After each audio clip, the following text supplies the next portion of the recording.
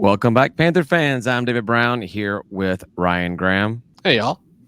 Tim Thurber, Hello. and this is State of Atlanta. All right, we're going to just change the entire intro if Tim refuses to drink beer. Oh, Ryan's in that kind of mood. Ryan's spicy tonight. Well, I'm in that kind of mood. You changed it without me noticing even. Like, that's... How'd you do that? What are you doing? It's not me. Ryan's being particular about the location of the... I'm not. You were just being the heads. sneaky. I put myself in the regular position that I always in. Oh, hey. I'm always on the bottom. I don't want to mess with your traditional position. Yeah, I'm a very traditional kind of guy. Just ask my wife. Very conservative, very traditional. Yeah. Always. Yeah. I wouldn't go conservative, but yeah, pretty traditional. So only one position works, right? That's it. Works 3 times at least.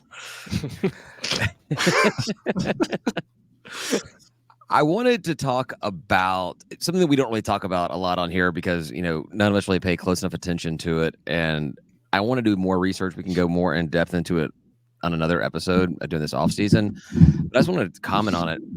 Holy hell is Dell McGee or Dell? Yeah. Holy Dell. Are we promising the world? The recruiting that he's been doing, the commitments we have. What is it? 26 or something, 26 guys in the transfer portal have committed to Georgia State at this point. Well, we already know that he promises things that he doesn't have, which is great. It's great. Also true. Again, we've been saying cheat to win, right? So if you get one good year out of these guys before they realize you don't have what you promised, then great. That's pretty much what I do in sales. You promise things you don't have. Oh yeah, as people an like it. As an implementation guy, yeah, I hate you sales guys that promise the world. And we're like, yeah, our thing doesn't do that. And it's going to take another 6 months to build it. And you're going live in 2 weeks. Yeah, all the coaches on the field are like, I don't know what coach said to you, but like, this is what we're doing here. And you're kind of stuck because the window's closed. Your NIL that's not NIL is up to you and coach. Figure that out. So is the Dell way to just get as many kids to commit to the program, and then by the time they realize they're not going to get anything, there's no other places for them to go, and they're just stuck at Georgia State? And by the time that people realize that is what's going on, he'll be moved on and up, and we'll have a new guy, and we'll have our forward trajectory. This is the plan. He's going all in on that whole 1 year head coach thing. He's going to burn himself down, but he's going to make us rise up. The only way, let's not use rise up around here because it's not worked well for other Atlanta teams. But what are you talking? We went to a Super Bowl. Yeah, how well did that go for? We lost a Super Bowl and we still win. No, but what I'm saying is, if Dell McGee is hired after 1 year. Absolutely, that means that we did something that we've never done before. We're winning. We're winning the Sun Belt. We're in a New Year's Six game. We probably win that. Well, I mean, this is the year we're supposed to win the national championship. So if he goes all in hard on the first year and we win, and then like just piss everybody else off with Georgia State, okay, sure, I'll take it. I want to say I'm completely making shit up. I have no idea how he got so many recruits. He's known as a really good recruiter, so right. I doubt that there was any lies going on or anything like that. So I really am just being funny. I don't want anybody to come away from this podcast thinking I know something I don't and that I'm talking shit. I think everyone knows we're not serious, but I'm sure he has a way to fund everything he's saying. It's his own paycheck. He's just gonna invest it right back in. I mean, I'll take it. Could be part of it. I'll take it. No, I agree. We're making jokes all the way, but I messaged you guys this morning. I'm like, we got to talk about this. It's crazy. Look at the quarterback room. We have 4 quarterbacks transferring in, 2 from the exact same program. 2 quarterbacks came from Middle Tennessee State. How do you get a quarterback and a backup quarterback from the same school to come here? There was a lot of people from Middle Tennessee. I thought there were a lot of people from Louisville. By my research, you've named 2 schools that we've pulled 2 guys from, Georgia Tech as well, and I think Coastal we pulled 2 guys from. Yeah, it just felt like it felt more substantial. Oh, it was 2 and 2. Did you guys, man? See, look, I did research, and you just did more. And it's frustrating because I was finally like here and prepared, and I was like, I'm gonna be the one who knows something about something. I went to Colorado's transfer too, right? Running back. Colorado, yeah. We're just pulling people from all over the place. Well, and so here's the other point I was going to make is that there are a number of people from Georgia, but a lot of them aren't. He's getting them from all over the place. Kids that are coming in from all over, not just Georgia. Maybe it's like recruiting high school players from Georgia. Well, I mean, like originally from Georgia start. too. So like people aren't coming home; they're just transferring from other places here, and they're not. There is still more people from Georgia than anywhere else. That's for sure. But that was true under Elliott probably. It was it was like spot on 50%. I think maybe like 51% were from Georgia. We just felt like none of them were. Right. I mean, but this one, it was fewer than 50% for sure out of this batch that were actually from Georgia. And I just thought that was interesting, again, because my point has always been I don't give a shit where you're from, as long as you can play football. They're also all pretty highly rated. Right. There's a few in the low 80s, which is what we're used to. I think that's like our typical Georgia State recruit. There's a lot more in the upper 80s. There's not like 4 stars, but there were like high 3 stars, a lot of them in there, which felt really good. Yeah, no, it's just crazy. Like, I mean, part of it is just having that new Twitter account that's dedicated to Georgia State recruitment, and maybe it's the fact that I get notifications from it. I'm just seeing things more that I missed. That's the difference. But man, that's the difference right there. But man, it is just. I don't know. It's just crazy to see the number of guys that he's got coming in here, and like I said, this quarterback room, like it's gonna be standing room only out there. I was surprised to see because I think the only one we knew from that list before today, the only one I knew before today was Gibson, right, from Georgia Tech. Right, that was an Elliott commit. And that was an Elliott one, yeah. There's 3 other guys that have come in since then that are. Under McGee, including was it from 2 guys from Middle Tennessee, then Pittsburgh. There's Memphis guy. Well, there's the Braylon Ragland, which was already. Yeah, there's a Memphis transfer. Is there? Oh, I missed that. I did not see that. Who's that? I thought it was a quarterback. Is it Diabell? Am I just making shit up? Sometimes I do that, guys. You could be. Transfer? Was it a transfer or was it a high school recruit? It was transfer. I only looked at the transfers. Ryder Lyons, is that him? Oh man, I don't know. It's fine. We don't know about it right now. It's Ryder Lyons, yeah. Yeah.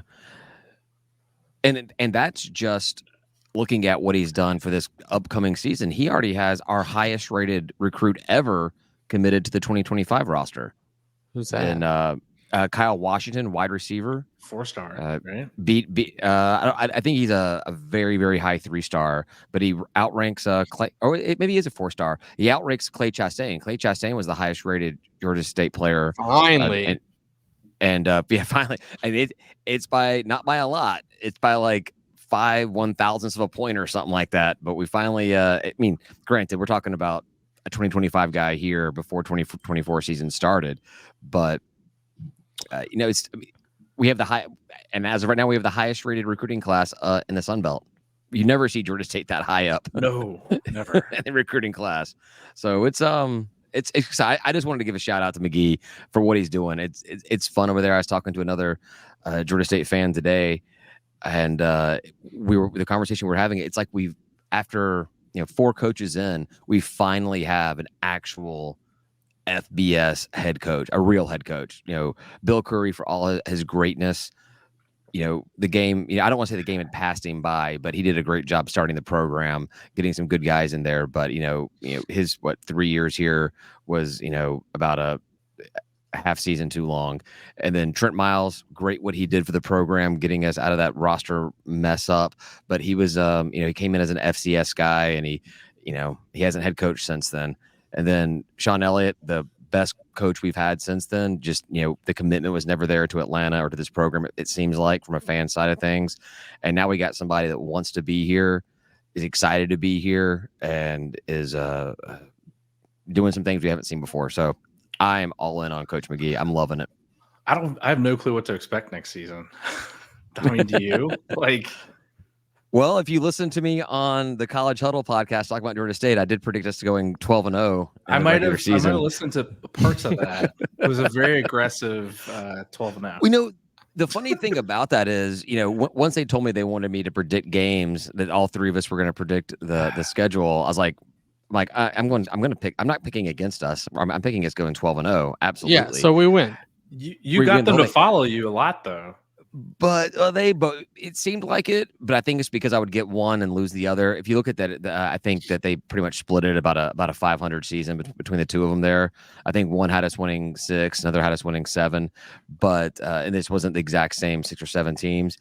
But as I was going through it, there really isn't a team on this schedule. Ryan, earmuffs. There's not a team on our schedule that is going to beat us. We are going to be in every. I think we're going to be in every one of these games, including the game in Boone.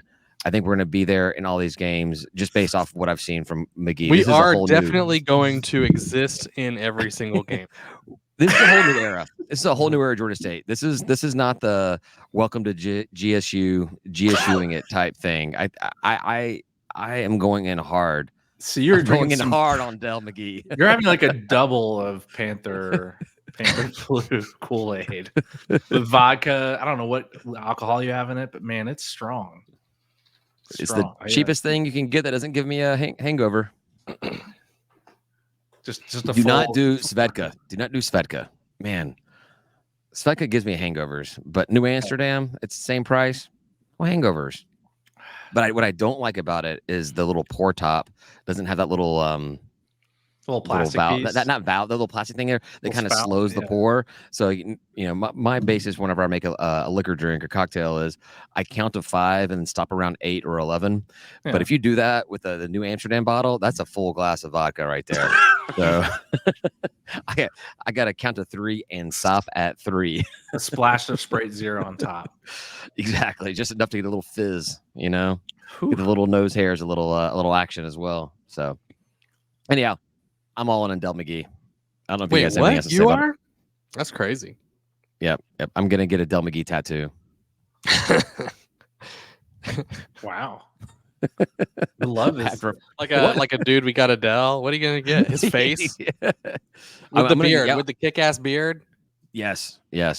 I'm gonna get it under my beard. I'm gonna get Dell McGee's beard tattooed on my face. And then hopefully that encourages my beard to grow stronger and better. It won't. It's just gonna be all beta about it. It's just gonna be like, no, can't do that. I think that we should embrace the beard. Embrace the beard. I like that because that's what they did. Who was that douchebag at Coastal Carolina? Chadwell Chadwell, whatever. The QB, and they did the quarterback or the coach. Same thing, right? When they the head coach that went to Liberty. Whatever his name was, when they were playing BYU those 2 times, it was Mormons versus mullets, and that was pretty good. They embraced the mullets. We need to embrace the beard, the Dell McGee beard. That needs to be our thing. I only vote against this because I cannot grow a proper beard, and so I was gonna say, Ryan, if you start right now, maybe by Dell McGee's induction into the Georgia State Hall of Fame in 20 years, you'll actually have a beard. David, I started about 5 years ago. And this is where we're at today.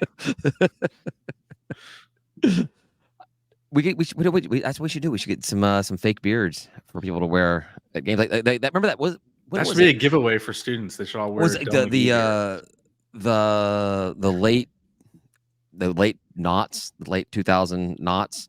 Like the girls having the little fake mustache thing was like a big thing. Like they would get the little fake mustache thing on their finger and like do the. Oh, okay. I thought you meant like on like where a mustache goes, and I'm like, I'm really glad. I remember like my wife had roaming around with mustache tattoos. Kim had like Cinco de Mayo glasses that had little chains. Yeah, I know what you're talking about. A fake mustache. Yeah, we need to do that. We need to do fake beards for all the fans, like for like Ryan, who can't grow this.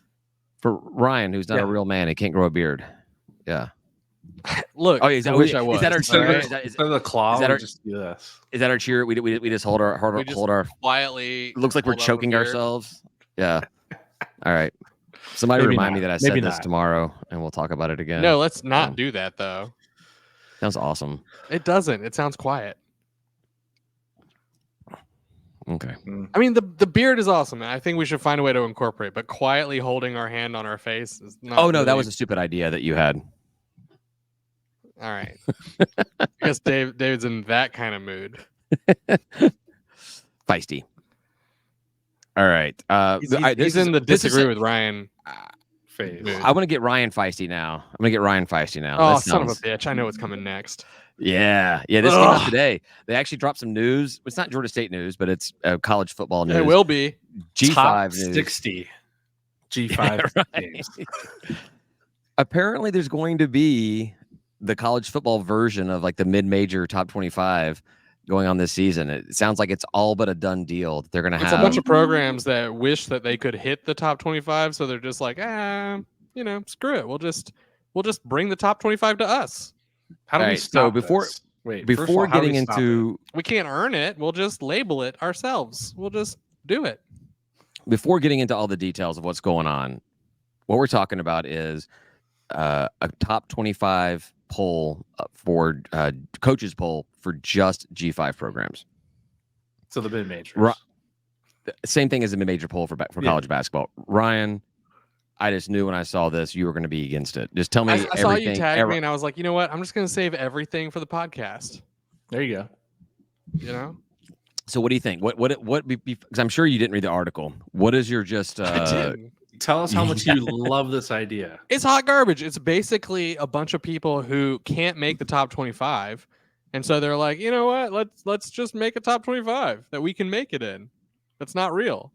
So it's really like 25 through 120, 130 is what it is. It's like the top 25 out of that. All right, Tim, what was your reaction when you heard this going on? I mean, I think it just piggybacks on the whole G5 playoff idea. They're just adding a layer that'll make sense when they start the G5 football playoff with our own top 25, right? Right. That's how they'll slot the teams in our stupid playoff that we shouldn't do. We all agreed that was a bad idea last week, right? That was a bad idea. It's a good idea just to talk about the future if needed, but not actually say, yeah, we want to do this. This is another bad idea that they shouldn't be doing. Yeah, don't be the one to pull the Band-Aid off. Let the what good does this do? All right, so here are the details that were released in the article that I saw. So it's going to be all G5 conferences, including the G5, what would be considered G5 independents, UMass and UConn. I thought UMass had figured out a way into the MAC, but I guess they're not FCS. No, FBS. I know they're not. Oh, yeah, you're asking the question. No, UMass somehow has maintained FBS status. It is wild, actually. Like, think about being independent. I actually feel bad for them. Like, could you imagine if just something like the circumstances happen for them for Georgia State, and you just can't find a home? Nope, you're so bad that nobody wants you, and like, people gave us crap because we had to, walk a mile through campus to get to the Georgia Dome to play games, and they have like that hour-long drive to Foxborough. Although I think they maybe are getting on-campus stadium. I have no idea. I feel like we've thought that for years, and I'm pretty sure they play out there in Gillette. Yeah. But all right, so it's going to be UMass, UConn, and all G5 teams will be involved with this. All the head coaches of those teams would receive one vote every week. And we're all number one because everyone just votes for themselves. I'm pretty sure. I have to imagine that these types of votes, I could be wrong, you're not allowed to vote for your own team. You got to do a top 25 or top 24. What if you're the best team? What if you're legit the best team? You can't vote for yourself? Correct. Well, and wait, let me just clarify here. You are not legit the best team because there's a top 25 elsewhere. Right. Well, it's the whole concept of present company excluded type thing. This is my ranking, present company excluded, of course. So, and then they apparently already have a title sponsor. There's already going to be somebody paying for this nonsense. Cool. By nonsense, I also showing that I disagree with it. Paying who? Probably paying for the marketing of the poll. Probably whatever it takes to get the votes consolidated. Whatever that thing is, I don't know. There's a named sponsor apparently already signed on for it. But we don't know who it is. They didn't put it in the article there. No, voting set to begin in late July, and the inaugural rankings, the preseason ranking, coming out in August. One of the quotes they had in the article, there was one quote in the article. I didn't write down exactly, so it's not a quote. One thing mentioned in the article that I understand. they basically said, if you're flipping through games, trying to find what you want to watch because your game's over, or your team's on bye, or your game's later in the day, and you see number 2 versus number 6 on the schedule. Will they have asterisks on them? Well, that was my question. So their concept is their concept, their thought process is a better shot at people tuning into a game because for these people that don't know crap about G5 football, and they say, "Oh, I didn't know that Georgia State versus Liberty is 2 really good G5 programs. I'm more likely." There's to only tune one into really that. good G5 program in that. Yeah, I know. I picked that team just to annoy you as well, Ryan. So I mean, they're not going to put that on like. They can't put those rankings up on a screen. It won't make any sense. You'll have overlapping 1s, 2s, 3s. You'll do that with basketball. Right. So so that's what Matthew said in our group chat. Was you don't ever see mid-major basketball games advertised as mid-major 2 versus mid-major 6 or whatever. But like, how would you do that? Do you do it as like a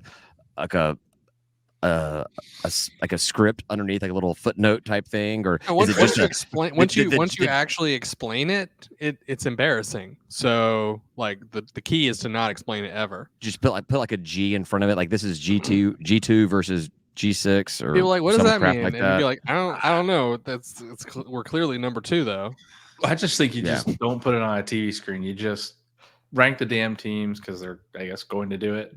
And it's media fodder. Yeah. Well, we'll talk about it because they'll release it, and we're going to talk about it for sure. And lots of podcasts are going to talk about it. Sports radio is going to talk about it, but it's not going to mean anything. Not Atlanta Sports Radio. They're not talking about anything other than UGA. Maybe McGee might come on and be like, "Hey, we're number 1 in the mid-major football rankings." Well, so that's the thing is like somebody on the Sunbelt board went through, and they obviously you can't figure out how coaches would rank them now, but based off the Massey ratings going into the season or coming out of last season, Georgia State would have been in the top 25. G5, well, if we're in it, I'm changing everything. Well, this is the best thing since sliced bread. This is brilliant, especially if we're in the top 10. I mean, no, they had us ranked as 24, but Trash Down South not even receiving votes. Oh, well, that's because they suck. They do suck. Even if they were good, though, like you don't want to vote for them because like they're a bunch of shitbags. So you could actually technically get double ranked. You would be ranked in the G5 top 25, the AP top 25, number and the CFP 1 top 25. You could be at 3 rankings. You see that in mid-major basketball when Gonzaga. When Gonzaga is like ranked number 1 in the nation. And then they're also ranked number 1 in the mid majors, and they'll have that little asterisk, that little like this is also the best team in the country. Like, but not only in the mid majors, but in the country. So are they going to follow though? Let's just the CFP is going to put a handful of G5 teams in, right? Is the G5 poll going to map the same way as the CFP looks at us? That is an excellent question, Tim. I'm glad you asked that because one of the questions I had for you guys is going into this new college football playoff where the top G5 champion makes it into the playoff roster. What happens when the college football rankings differ from what the G5 top 25 rankings have? It's a coaches poll, so you can't. Nobody trusts the coaches anyway. Well, that's fair, but I'm saying what happens when the CFP G5 team is not who the coaches in G5 think is the best team? What's that kind of fan reaction going to be? Granted, maybe that's just more fodder for ESPN and sports guys to talk about to get them some clicks and some views. And is Georgia State missing the New Year's Six bowls, or are they making it in this situation? Well, obviously, as long as Dell McGee's here, we're making all of them. So we're making it, but it doesn't match the coaches poll. Then the coaches are dumb and ignore the poll. What do you think? What do you think? What's that? What is that going to be the new fallout? Like the 5th team, that the Florida State missing the top 4 team. It's going to be the Georgia State Panthers missing the playoffs because the CFP had Tulane ahead of us. I don't know. I mean, what question was for Tim? I know, but he didn't talk, so then I went to fill it in. I just always laugh whenever it gets really awkwardly silent to kind of fill that void. I'm not sure if you've noticed that. I have. That's funny.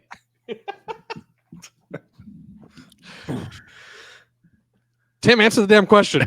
I was just gonna let you answer it. You open your fucking mouth. So go ahead, Brian.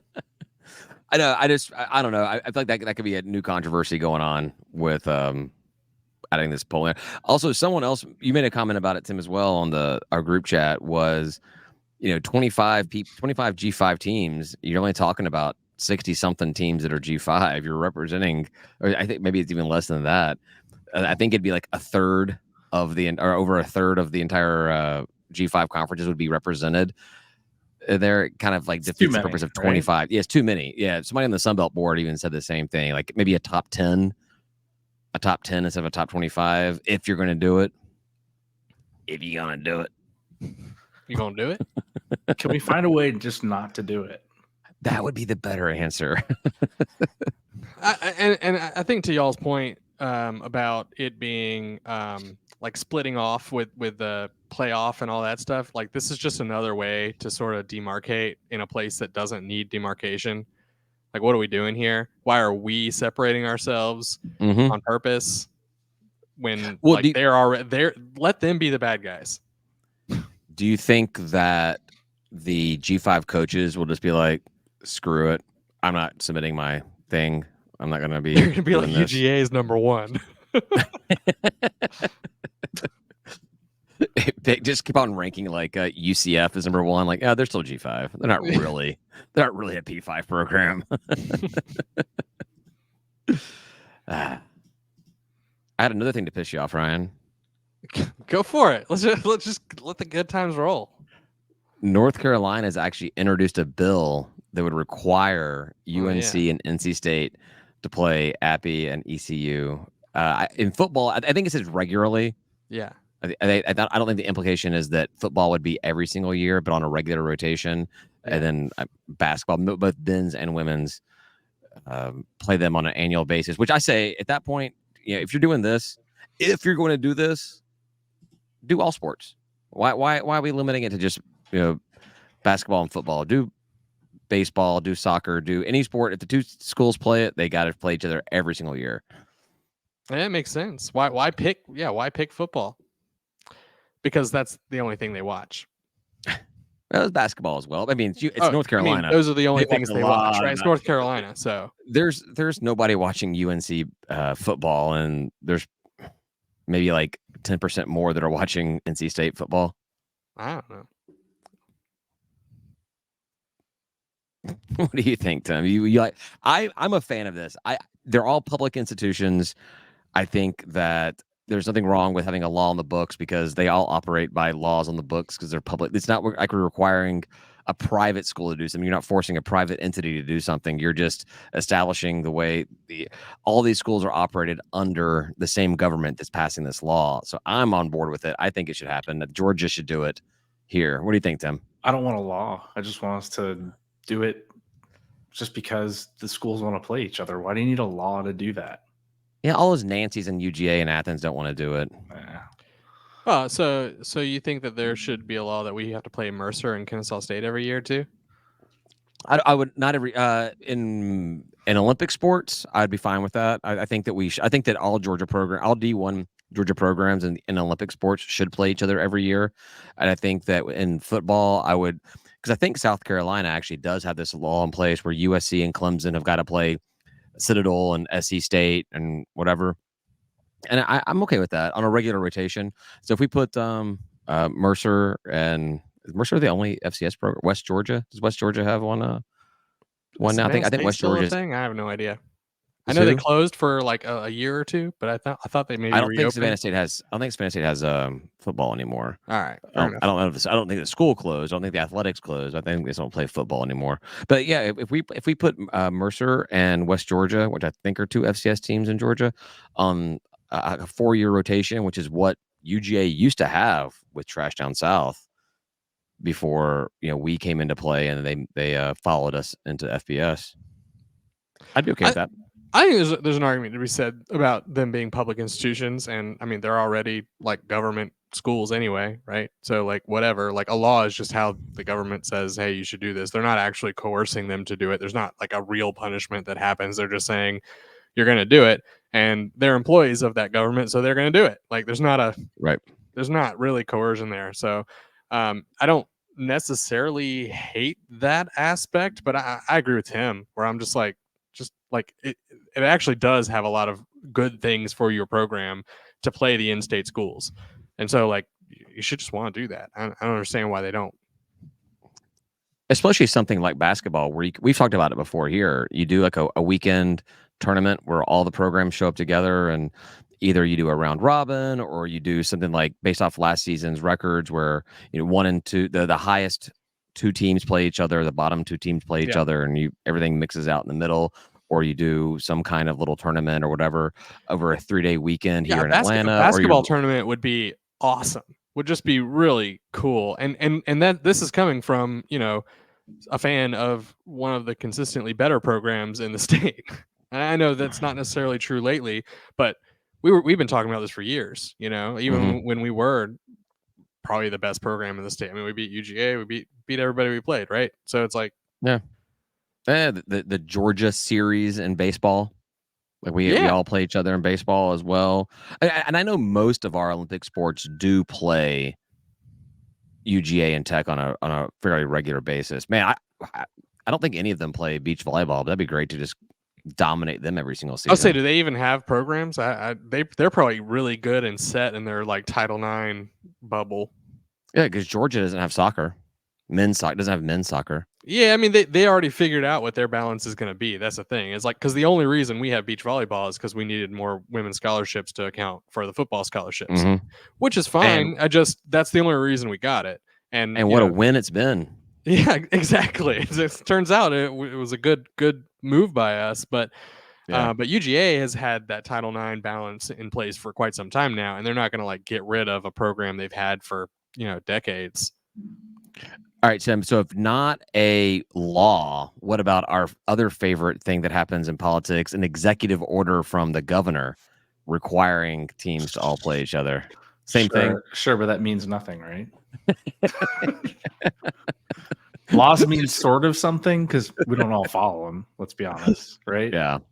Executive order, whatever. We need a Georgia State grad to become governor, and so to come in there and like force the hand to make this a thing. I was trying, man. You didn't run for governor. I know. Well, you got to run for lieutenant governor first, dude. Then we're going to be like... You can't just be governor. The lieutenant series. We'll have Ryan Graham coming out there to hand out a trophy. Hell yeah. You made an Atlanta shirt. You made us all kinds of good promises on what you do, too. What did I do? You made all kinds of promises on what you do if you became lieutenant governor. That was private, man. Oh. only at that private donor event. That's right. That's right.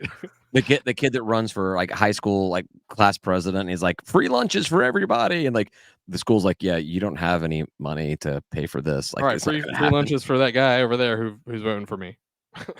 Exactly. I'll pay for his lunch. I didn't really have a lot of Georgia State stuff to talk about tonight. We mentioned beach volleyball. The ladies made it into the NCAA tournament last week. Sadly, lost in the first round to a team that lost in the very next round. And apparently, surprisingly enough, when it comes to the sport of beach volleyball, Southern California is really good at it. This is like their 4th national championship in a row. So... yeah, 1, location, right? Exactly. And 2, they already have an athletic department that's just like flush with cash. I mean, they're in that upper echelon top 5 athletic programs in the country, as far as money goes. So anything that they do, they're going to be able to, give it as many resources as they need. And then you give a scholarship to go live in Southern California. That's not the worst. That does kind of beg the question about what you were just saying, though, about these power programs already having established their Title IX requirements. So the fact that you've got a USC that has started a beach volleyball program, which is a relatively new sport, all things considered, to the NCAA. I would wonder if they didn't already have a club team, and because it's a rather new sport to the NCAA as well. Like when we started, there were only, I think, 30 teams or something crazy. Because every time everyone was like, "Oh, we're top 25," I was like, "Doesn't mean anything. There's only 30 teams." We're also bottom 6. Yeah, exactly. So, it did mean something because we were generally pretty good in there too. So I don't want to take anything away from the ladies there, no. but Yeah. I mean, I think there probably was a club team at a school like USC. I would imagine, it being Well, on the there's coast. I was about to say there's a club men's soccer team at UGA, but that there's no reason to start a men's soccer program at UGA. So No, but if there was, they would. I mean, that Yeah. might be something they would consider if they're like, oh man, we need another men's team. That would be weird. But but if they did, they would look at what's already existing out there. I would imagine. yeah, yeah. But congrats to the ladies. Hopefully, next season is just as awesome and can do it all over again and be back out there consistently in the NCAA beach flyball school. How much money do we have to give them to be better? That's what I want. I don't know. What's the number? How much is USC paying their ladies? Probably way more than we are. I mean, are we paying our ladies anything? I mean, I don't know. We heard, we saw in one of the Facebook groups that some of these ladies will be leaving the program because of NIL opportunities at other programs. So they're probably getting like half a scholarship each, at least, and some sort of stipend. But I would imagine there's not a ton of NIL money out there for them. That's what they're looking for. Yeah, probably. Who doesn't want to get paid, man? Come on, it's true. Money. I would, and they're good. They should be able to do that. Well, the Ferrari sisters already graduated, so they are gone. Yeah, they're just out. They're just going to go to the Olympics next year. Again, taking absolutely nothing away from what they accomplished because what they did is legendary. But Georgia State, right? Like, the winningest pair in Georgia State beach volleyball history. I'm like, were they here from the beginning, or like the second year or something like that? You got to set the record before you can break the record. Exactly. Because I mean, you know what, we get shit, on Twitter and stuff from opposing fan bases because we break records all the time in like football, and they're like, oh, it's because your records aren't very good. And I'm like, yeah, because our history is really freaking short, and the fact that we keep breaking them in short order is not a bad thing. Right.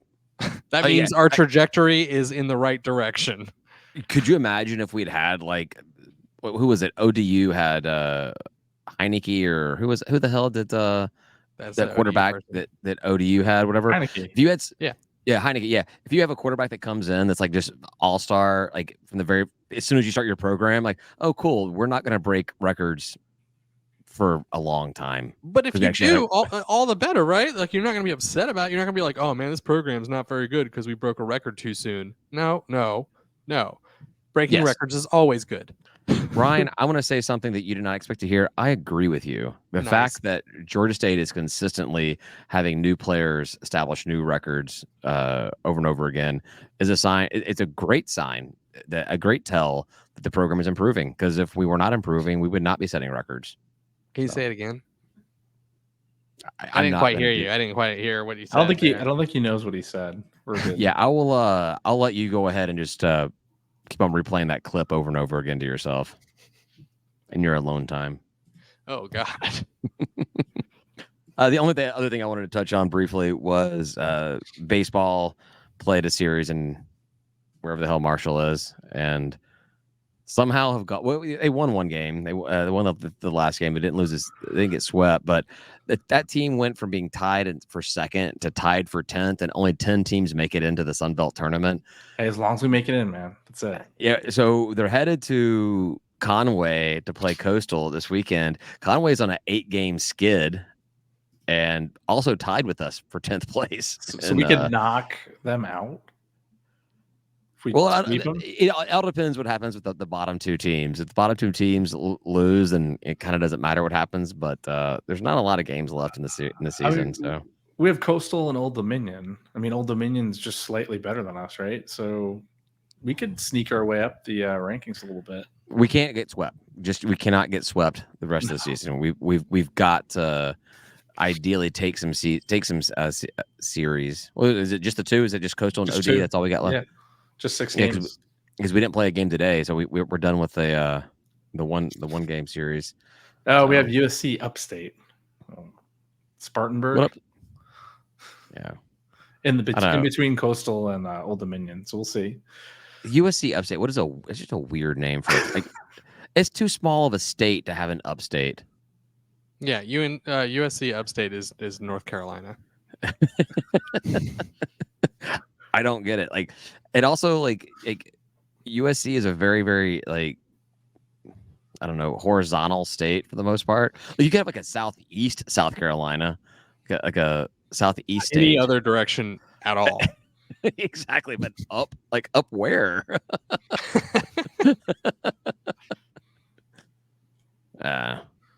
Okay, that's all I got. We still put in a good 40 minutes, solid 40 minutes here. There's a lot of downtime. Oh, well, and what's amazing about it is we had really hard-hitting recruiting news at the beginning. You know, I mean, I want to go through there and kind of dig into it a little bit for the first time ever, and like talk about some of these guys. Maybe we'll get the illustrious Ben Moore on here to tell us what's going on with these guys. That is a great idea. I think we should do that soon. Whatever requires Ryan to have as little research time as possible, he can just kind of zone out for a good. Well, I can take my gummy like 30 minutes earlier. and let Ben talk for an hour and a half. We can just all leave. You know, actually, that's what we should do. The next time we have Ben on, we should actually all be together, so we can just like let Ben talk and just we can mute and drink. I wish we need. Good. I'll say I wish I cared about recruiting that much, but I care about the ranking and the numbers and stuff like that. But I don't know. Who knows how any of these kids are going to perform? Kids that are 2 stars overperform and then they get picked up by a P5. Yeah. Yeah, I agree and that's been my thought process about recruiting ever since I started becoming a fan of college sports. And it's not that I'm like necessarily excited about the particular guys we have coming in. It just feels like there's a new energy level happening within recruiting at Georgia State that I've not seen before. And that's what's exciting to me. It seems like these kids are legit excited about coming to Georgia State, taking Georgia State, especially within the transfer portal era, picking Georgia State over other programs. A lot of these programs that the guys are coming from, even if they're sitting on the bench, I guarantee their NIL money is more than what we're offering. So the fact that they're willing to come here, that's awesome. I like what McGee's got going on, and it has me super excited for the season.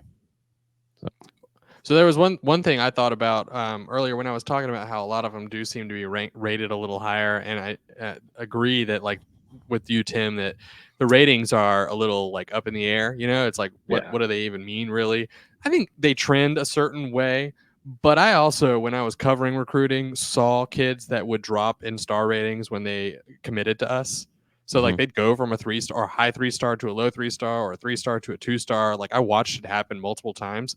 And I wonder if all the higher rankings aren't related to McGee having respect as a recruiter and just being like, well, if McGee took him, he must be a high 3-star instead of what Georgia State usually gets, you know? If that's something that affects, because they're not looking at every single one of these kids and figuring out if they're, how many stars they deserve or whatever, but they will look at who's recruiting them and say, oh, that's probably, they're probably this kind of star. I get excited when we get like a 4 or 5-star. Yeah. Ever got a 5-star? Have we ever got a 5-star? No. We had Coach Hayes had a 5-star take an official visit. Okay. And that was neat. That was neat to get it, but they got him on top of the box with like a Georgia State flag with like the city skyline in the background and everything. Yeah. That's awesome. It was badass. He did not come here. Well, that's dumb. That's cool. Getting on top of a building. That's where my daughter wanted to watch games. We would drive past the box while it was being built, and she's like, when we play there, can we sit on the top? And I'm like, don't worry, sweetheart. Daddy's gonna have way better tickets than that. We're gonna be lower level. She's like, no, like on top of the building. Can we get on top of the building? I'm like, I don't know, legally. I'm not sure. Illegally, I bet I can figure that out. Just go to that door up in the top corner, see where it goes to. Exactly. Well, the thing is you make the kids do it because they'll only get in a little trouble. Yeah. Oh, yeah. I was just chasing them down. I was like, oh, no, you can't be there, sweetheart. This must be the door to get out of here. Go up. She thought we were playing hide and seek. Kids say the darndest things, don't they? Now it's recorded and live and going to be on YouTube. So, Well, yeah. All right. I guess it is live stream. So, anywho, hey Tim, you want to take us out of here? Sure. All right. Thanks everyone for listening. We're going to take a quick break. Jumping over to last call. If you like your heard, join our Patreon at patreon.com/State of Atlanta. You'll get live access to our live streaming last call, discounts on merch, group chat, which is always awesome. Breaking news, lots of banter, adult beverages at our tailgates, which are also amazing, and more. Is the merch store up and running? Yeah. Good. All right. Good job, David. Yep. For $5 a month, you can become a fan of the show because that's what I looked up yesterday. We'd love to have you aboard. Say goodbye, guys. Goodbye, guys. Peace.